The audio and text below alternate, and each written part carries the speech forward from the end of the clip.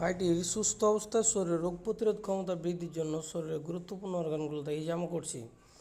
পাশাপাশি মাথা যাতে রিল্যাক্স থাকে, মস্তিষ্ক যাতে রিল্যাক্স থাকে, বডি যাতে রিল্যাক্স থাকে, রক্ত যাতে পরিষ্কার থাকে, শরীরে যাতে ম্যাচমেচা বা অলসতা ভাব যাতে দূর হয় এবং শরীর যাতে কর্মক্ষম হয়, এই জন্য হিজামা করছি। আল্লাহর কাছে দোয়া করে আল্লাহ সুবহানাহু ওয়া তাআলা তাকে পরিপূর্ণ সুস্থতা দান করুক এবং অর্গানগুলোকে পরিষ্কার করে পূর্ণ সুস্থতা দান করুক।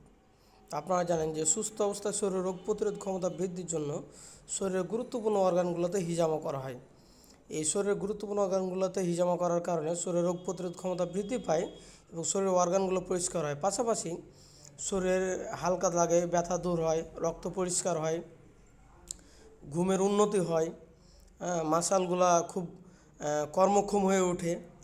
পাশাপাশি শরীরে একটা ভালো লাগা ফিল কাজ করে। তো আপনাদের যাদের শারীরিক ম্যাচমেচে ভাব বা অলসতা ভাব বা শরীর চলে না, তারা সুস্থ অবস্থায় হিজামা করতে পারেন। ইনশাআল্লাহ শরীরের রোগ প্রতিরোধ ক্ষমতা বৃদ্ধি পাবে।